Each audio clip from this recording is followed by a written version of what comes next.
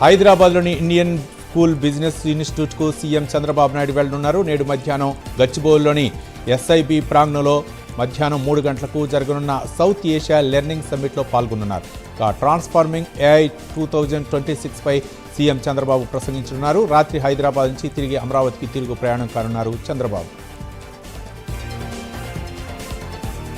నేడు సిద్దిపేట జిల్లాలో సీఎం రేవంత్ రెడ్డి పర్యటించనున్నారు. 775 కోట్ల అభివృద్ధి పనులకు ప్రారంభోత్సవాలు శంకుస్థాపన చేయనున్నారు. ఇదే సభలో రైతులకు రైతు భరోసా నిధులను విడుదల చేయనున్నారు సీఎం రేవంత్ రెడ్డి. భద్రాచలం సీతారామచంద్ర స్వామివారి ఆలయ అభివృద్ధి ప్రణాళికలపై మంత్రులు అధికారులతో సమీక్షా సమావేశం నిర్వహించారు సీఎం రేవంత్ రెడ్డి. భద్రాచలం సీతారామచంద్ర స్వామివారి ఆలయ సహజత్వానికి ఏమాత్రం భంగం కలగకుండా ఆగమ శాస్త్రానుసారం పూర్తిగా అభివృద్ధి పనులు చేపట్టాలని అధికారులను ఆదేశించారు. ఇచ్చిన మాట ప్రకారం బలిజపాలెం పార్కును అభివృద్ధి చేశామన్నారు మంత్రి నారాయణ. నెల్లూరులో 47 పార్కుల అభివృద్ధికి శ్రీకారం చుట్టామన్నారు. ఇప్పటికే 44 పార్కులు పూర్తి చేసి ప్రారంభించామని చెప్పారు. త్వరలోనే భారీ adventure park, water sports park ఏర్పాటు చేస్తామన్నారు.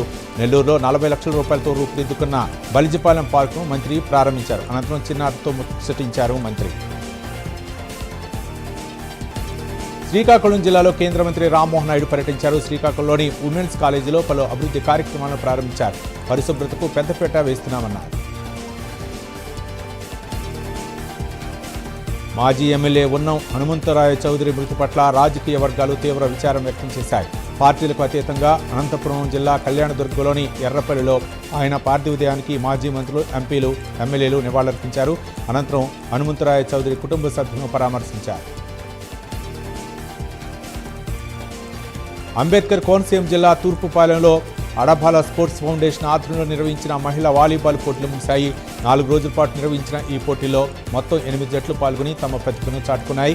చివరి రోజు పోటీలకు ముఖ్య అతిథిగా ఎమ్మెల్యే దేవ వరప్రసాద్ హాజరై విజేతలకు బహుమతులు అందజేశారు. హైదరాబాద్లోని ఎల్లమ్మ బండ తులసివనం దగ్గర రోడ్డు ప్రమాదం జరిగింది. ఆటోను కారు ఢీకొట్టింది. ప్రమాదంలో ఆటో డ్రైవర్కు తీవ్ర గాయాలయ్యాయి. క్యాబిన్లో ఆటో డ్రైవర్ చిక్కుకోవడంతో స్థానికులు బయటకు తీసి ఆసుపత్రికి తరలించారు. కాకినాడ జిల్లా ప్రతిపాడు మండలం పెద్దిపాలెంలో విషాద ఘటన చోటు చేసుకుంది. కోతుల గుంపు దాడిలో వృద్ధ మహిళ మృతి చెందింది. గేదెలను మేపడానికి వెళ్లిన సమయంలో ఈ ఘటన చోటు చేసుకుంది. కాకినాడ పోర్ట్ ఏరియాలో జాయింట్ కలెక్టర్ అపూర్వ భరత్ ఆధ్వర్యంలో అధికారులు ఆకస్మిక తనిఖీలు చేపట్టారు. చెక్ పోస్టుతో పాటు 29 గోదాములను తనిఖీలు చేశారు. ఈ సందర్భంగా పీడీఎస్ బియ్యం అక్రమ రవాణాకు పాల్పడితే కఠిన చర్యలు తీసుకుంటామని జాయింట్ కలెక్టర్ అపూర్వ భరత్ హెచ్చరించారు.